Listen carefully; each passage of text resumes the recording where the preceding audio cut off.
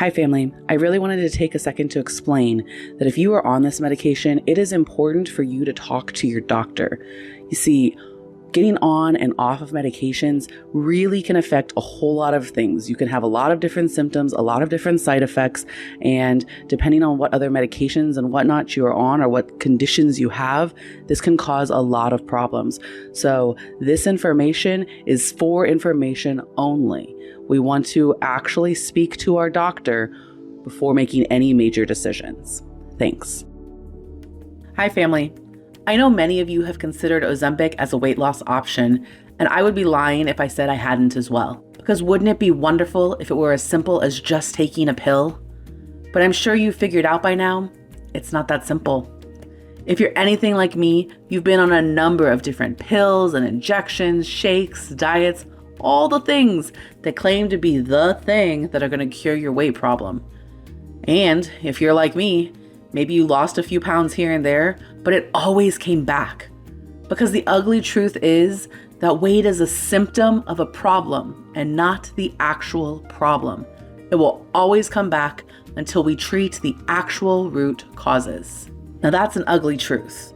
But an even uglier truth is that root causes are harder to find and deeper problems to fix.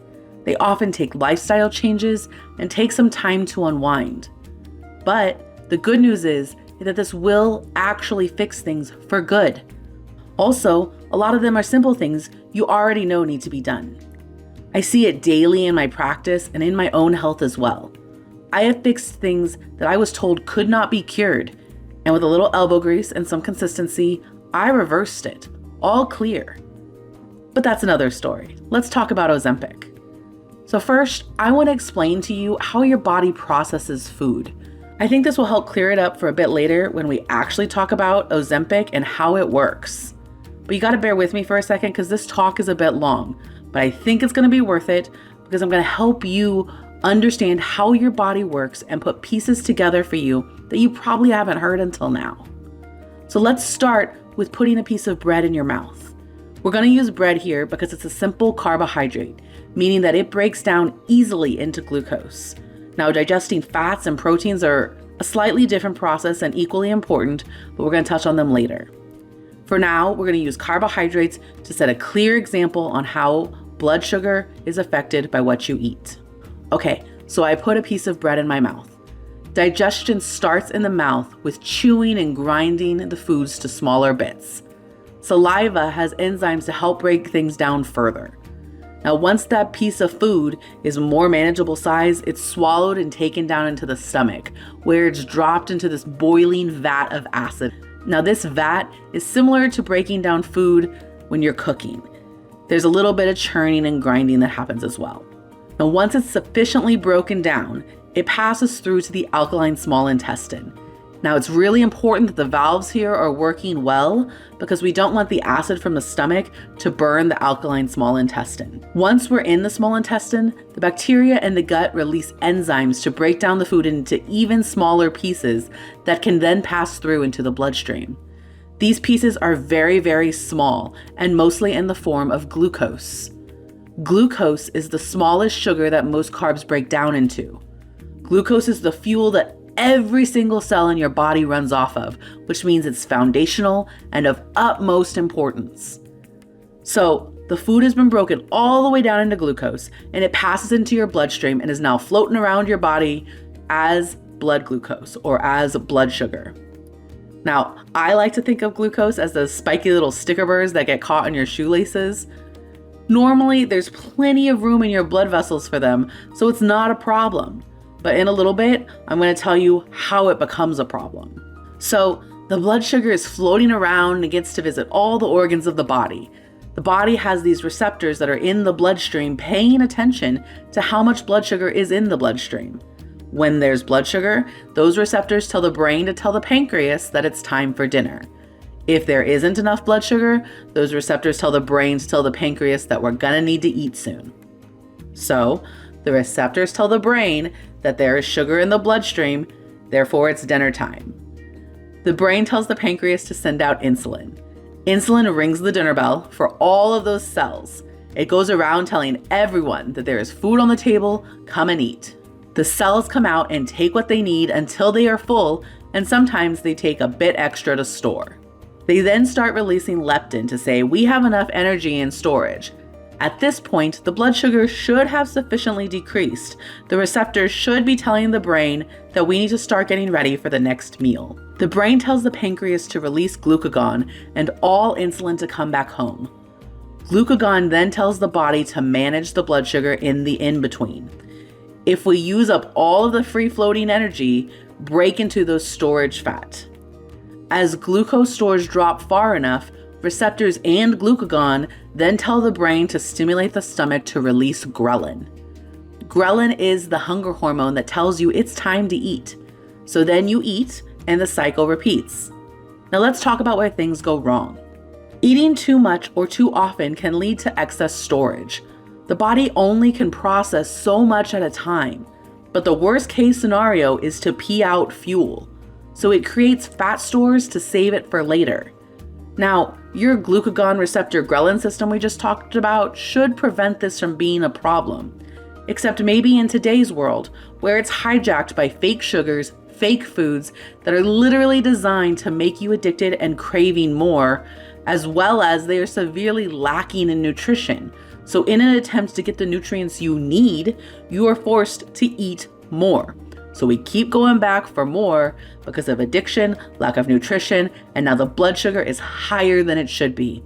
The stomach and intestines don't have as much time to get the food through, so they actually speed up your metabolism, resulting in less efficiency, meaning you again need more food to get enough nutrition out as the food is running through your system. Now, your body is designed to keep a certain level of blood sugar in the bloodstream at all times, so your brain and heart have enough fuel to keep you alive. Even in starvation situations, we see the blood sugar remain fairly level because the body will tear down absolutely anything, muscle, fat, even organs, to keep the blood sugar stable. Now, when you have excess blood sugar in the bloodstream, the body still needs to keep the blood sugar fairly stable. It does this in a couple of ways. First, your body will keep telling insulin to ring the dinner bell. Insulin keeps ringing it, calling to all the cells, and the cells take up as much as they can and put it in storage as fat. But if the levels of sugar in the blood exceeds how quickly the cells can pick it up, the blood sugar remains high. This leads to the brain continuously telling the pancreas to release even more insulin. But the cells are already full, so they begin to ignore the insulin dinner bell, and we get what's called insulin resistance. The brain will keep yelling at the pancreas keeps sending out insulin, but the cells can't keep up. So insulin resistance just gets worse and worse. Normally, this is where we see diabetes form. And what's the treatment for diabetes? To inject more insulin when the cells are already ignoring it. How is this fixing a problem? Well, that's a story for another time.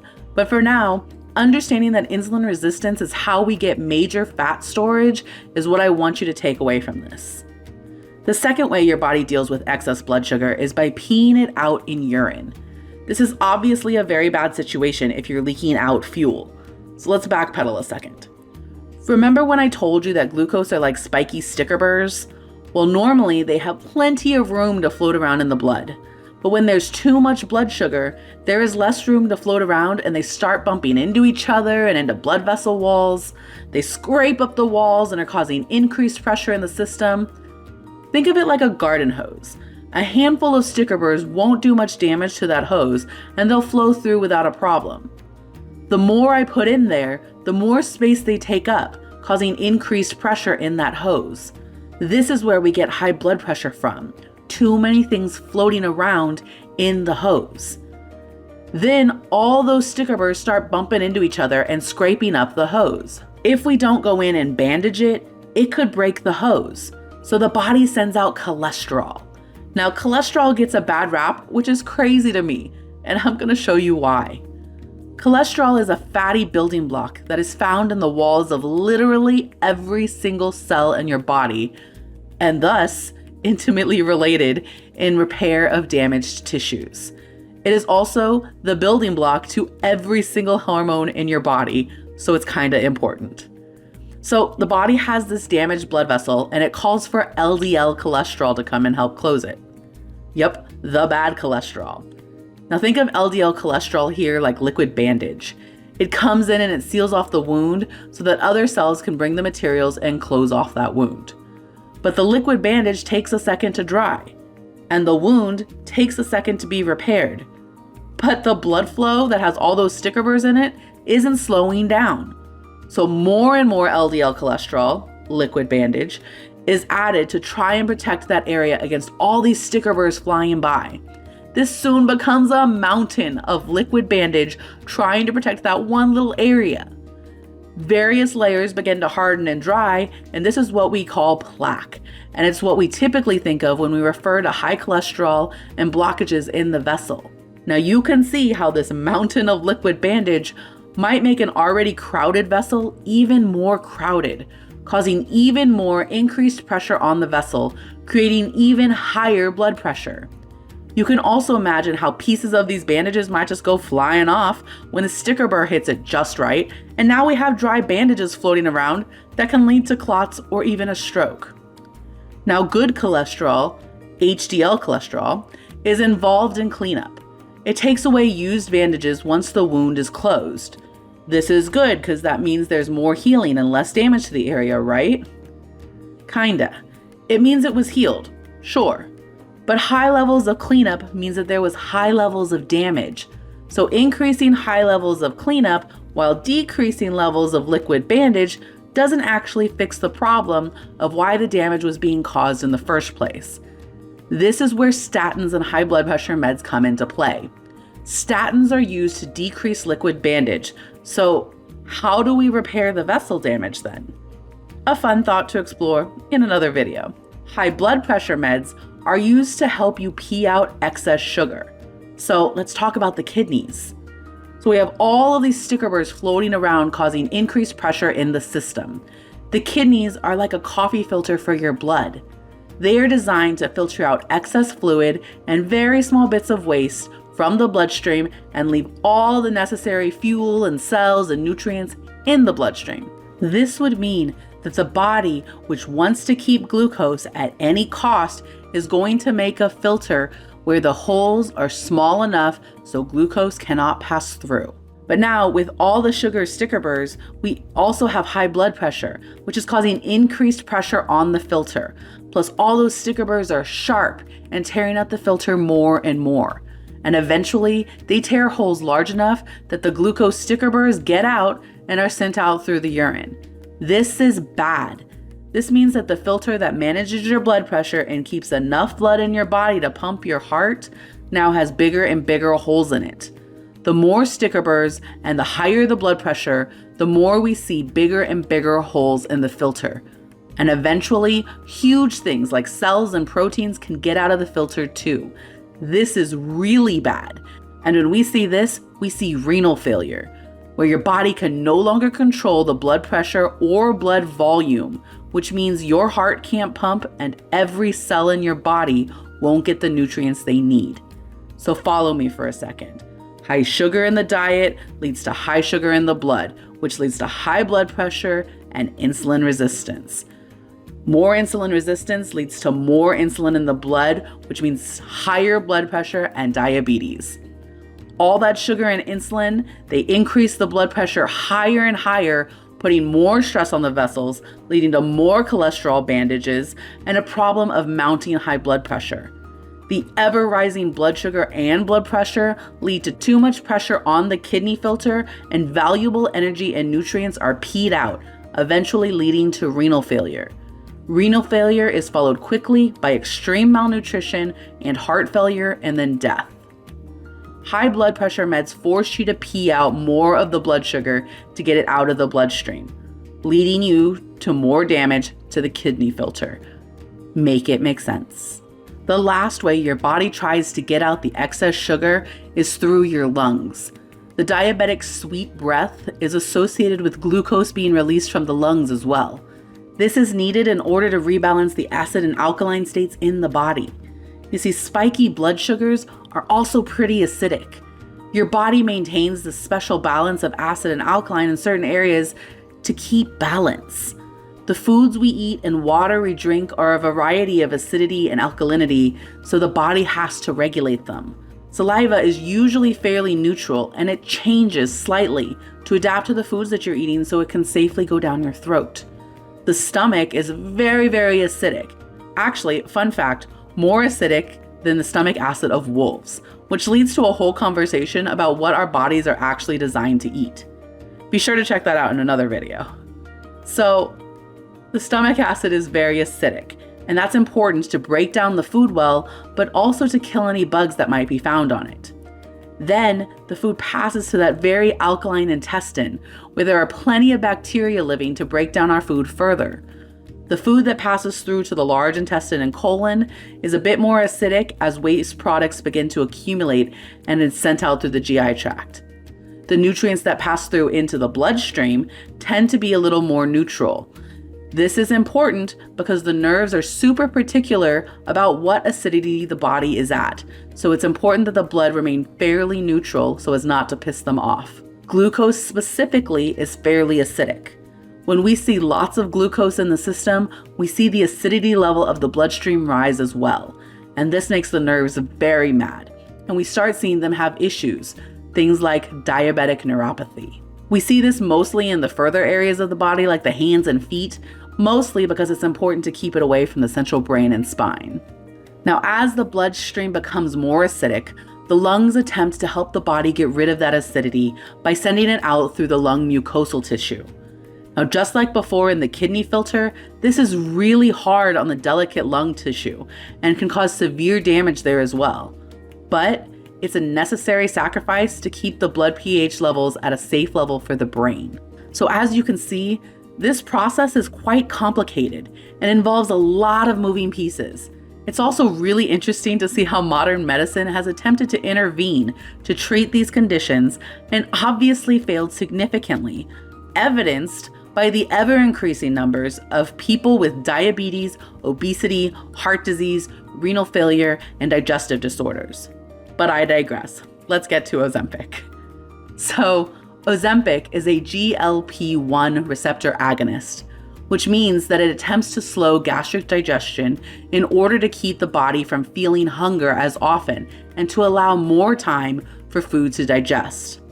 So not a bad plan in theory, but in a lot of cases has proven to be faulty logic and symptom-based treatment. Let me show you why. Firstly, when we naturally see slowing of digestion, we see constipation, sometimes extreme constipation. And when was the last time that was a good feeling or a good situation? Secondly, when we see this kind of constipation and food sitting in the gut, we get a lot of release of toxic gases. And this is why our stomach burns and feels sour, why we have bloating and excess gas. The body is desperately trying to get rid of the toxic fumes created by slow and inappropriate digestion. Thirdly, rotting food in the gut can result in bacterial imbalances in the gut that kill off the good bacteria by creating too many fumes and a toxic environment, which allows bad bacteria and parasites to thrive, which can have a huge domino effect into conditions like SIBO, leaky gut, fibromyalgia, and even autoimmunity. Fourth, remember how we talked about how the poor nutrient value and high addiction led to more eating and higher blood sugar? And how that led the metabolism to actually speed up and run food through in order to process some of it, resulting in less efficiency? Well, now we throw in a drug that artificially slows down the metabolism and digestion without actually correcting the problem, meaning that it only keeps it down while you take the medication, and when you stop, results in a rebound effect, causing the initial problems to be worse. Fifth, it interrupts communication between organs and the brain. Remember those harmonious conversations between blood sugar receptors, the brain, the pancreas, the stomach, and all the cells, where everyone got to say things and no one was yelling at each other or interrupted? Well, now we interrupt that conversation by preventing stomach from actually saying what he needs to say, by smothering him. This could result in him having trouble talking at all, even when we stop taking Ozempic. Sixth, This can have effects on the pH of the system by causing excess toxins to build up. It can lead to a decrease in stomach acid, the small intestine to become more acidic, and irritation of the nerves, which can cause pain and dysfunction. 7th, this can lead to weight loss very quickly. When we see this kind of situation in nature, the person is in starvation mode. Do you remember how I told you that the body will do whatever it can to keep your blood sugar stable? Well, in starvation mode, it does this by breaking down fat and muscle. And it's not a good thing to break down fat and muscle. Your body will do just about anything to prevent that. Again, remember how I told you that fat was a storage place for excess glucose? Well, think of it like vacuum-sealed Ziploc bags of glucose. Opening these vacuum-sealed bags takes work and results in toxic trash like the plastic bag. It also takes a second to make the glucose usable, which results in toxic byproducts that we call ketones. Ketones are concentrated forms of glucose from fat that the brain loves to use, as it's like a mega dose of energy at a time. However, these ketones are very acidic and make the blood pH change dramatically, leading to all the pH, nerve, and kidney problems that we just discussed. Additionally, anytime we tear down muscle, it's super hard on the body and results in severe stress of the kidneys. We see severe signs of starvation form with long-term situations and eventual shutting down of organs. And to make matters worse, if you didn't improve your diet at all, when it's time to get off of Ozempic, now you have less muscle than before and are likely eating the same foods that got you in that situation before, so you will likely experience weight gain worse than before, and now with less muscle mass. 8th, while Ozempic does decrease blood sugar by allowing more time for your food to digest, it does so at the expense of all the previous issues above, and it's only temporary while you take the pill. We did not fix the problem of high blood sugar and all of the effects that came after it. 9th, the thyroid controls our metabolism in general. It's in charge of regulation of energy, speeding things up, slowing things down as needed. Now, before we discussed a number of ways that artificially holding down parts of your metabolism can result in temporary gains, but once removed, result in drastic rebound effects. Well, sometimes it's worse than that. In the case of the thyroid, who is controlling all of these things, holding things down artificially doesn't just have effects when you release it, it tells your brain that the thyroid isn't regulating things well at all. So just like before with the pancreas, where we saw it desperately trying to provide the right amount of insulin or glucagon and not being listened to, we see the same thing happen with the thyroid. Ozempic has major warnings for all sorts of thyroid conditions as a result, including medullary thyroid carcinoma, which means that taking Ozempic to lose weight can cause so much dysfunction to your thyroid that it causes cancer. 10th, these problems are not isolated small amounts of cases. In fact, Ozempic is in multiple class action lawsuits around the world for these severe side effects. Some studies have shown that as many as 50% of patients experience moderate to severe symptoms like gastric pain, muscle spasms, bloating, gas, constipation, nausea, and vomiting. But even worse, 1 in 10 patients experience severe problems like gastric paralysis, thyroid tumors, gastric blockages, diabetes, pancreatitis, kidney problems, gallbladder problems, and even death. These are not small numbers, and worse still, in this entire conversation, we have shown how interconnected all of this is, how heart disease ties into blood sugar, which ties into your kidneys. We have shown that repeatedly, when we intervene in inappropriate areas, we see dramatic ripple effects.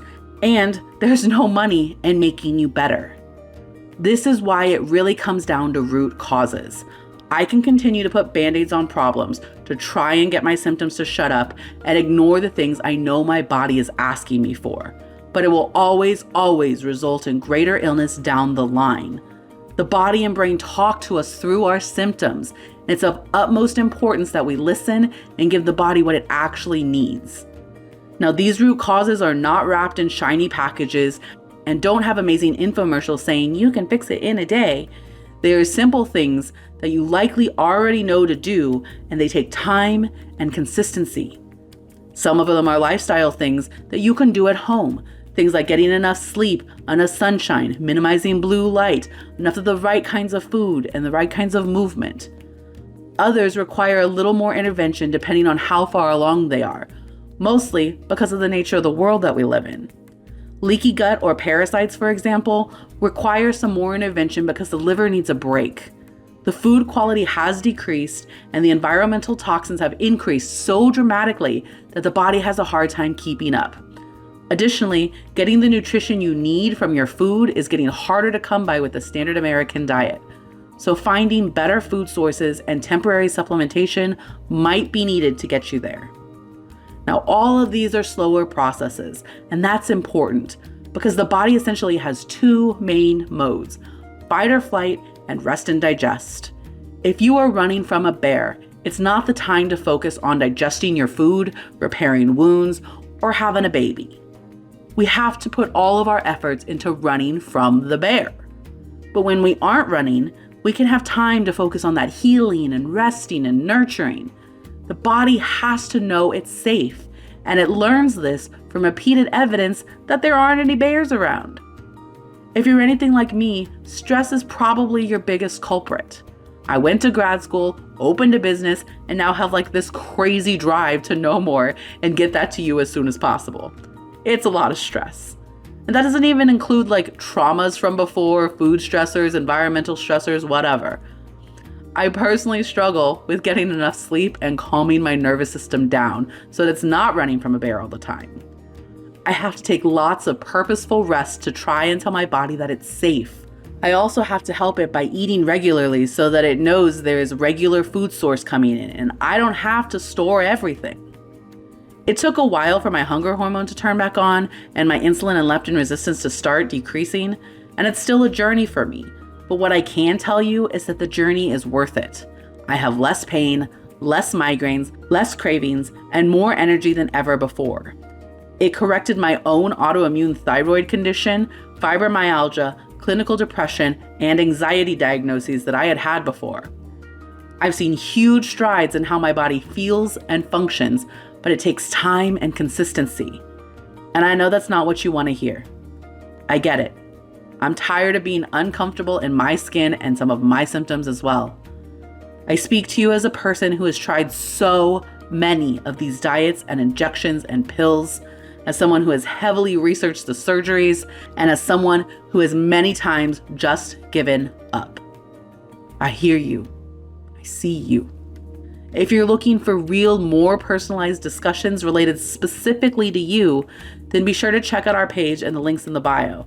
I try to answer some of these things in the comments, but truly, if you really want to talk about your case, then be sure to check out our consultation options by giving us a call at 210-756-9020.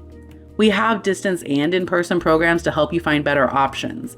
And the best part is that if you choose one of these options, you'll be talking one-on-one directly with me, and we can work together to find more answers for you.